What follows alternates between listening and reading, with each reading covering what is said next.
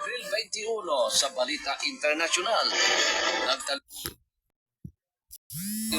si Pope Francis, ang pinakaunang Latin American leader sang Roman Catholic Church sulo sa Vatican sa isa ka video statement.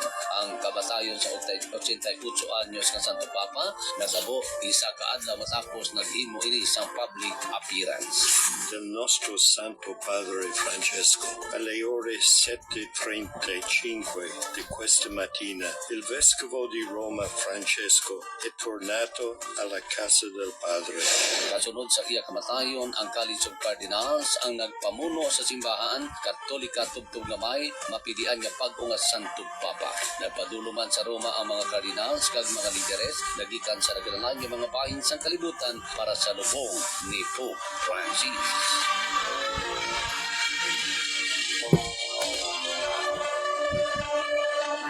Abril 24 sa balita lokal. Gikumpirma ni Police Brigadier General Jack Wangki, Direktor sa Police Regional Office 6, nga ginrelieve sang Police Regional Office 6 si Police Colonel Bayani Rasalan, Direktor sa Iloilo Police Provincial Office. Sunod kay Wangki nga ang magatalos kay Rasalan amo si Police Colonel Rolando Bulalakaw, ang hipi sang Regional Staff sang PRO 6. Abril 26 sa Balita Internasyonal. Inlubong na si Pope Francis sa Basilica of St. Mary, Major sa Central Room. Ginatos kalibo ka mga tao ang naglinya sa mga dalanon agud nga magsaksi sa pagdala sa dugo ni Francis sa nagikan sa Vatican patulong sa Basilica. Naglupad man pagkadto sa Vatican ang matag-as nga pinuno sa kapungsuran sa bug-os nga kalibutan agud magtambong sa misa para sa napatay nga Santo Papa.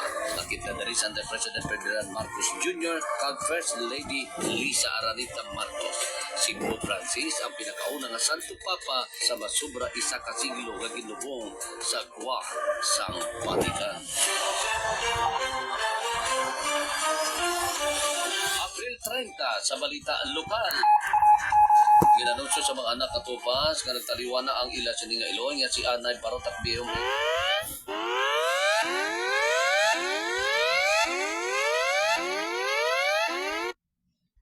Mayor Mirna Kausing Tupas, ang asawa ni Anay Iloilo Governor Neil Tupas Sr. Sunod sa Facebook post sang anak nga si Congressional Candidate Neil Junjun Tupas Jr. napatay ang Iloilo sa last 8 sang aga. Nagpangayo naman sa pangamuyong pamilya Tupas para sa kapauwayan sa nagtaliwan nga iba.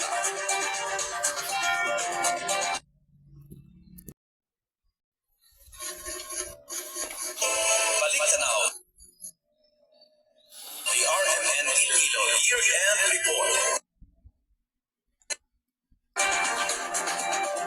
Sa balita nasyonal, ikumpirma ni Vice President Sara Duterte na nakabaton siya sang sabina gikan sa Office of the Prosecutor. May kantan sa kaso nga gin-file sa National Bureau of Investigation for NBI batok sa iya.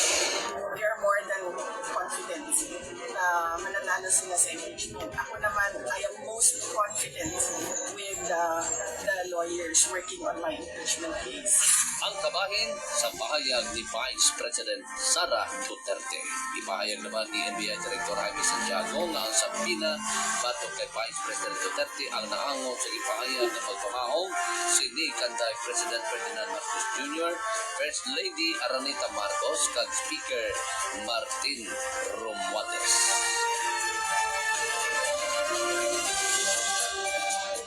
Inyo nabatihan ang mga balita sa bulan sa Marso. Magkasunod na ang mga balita Sa bulan sa Abril. Ako, si Radyoman Rodel Folio Nagado, Tata, RMN.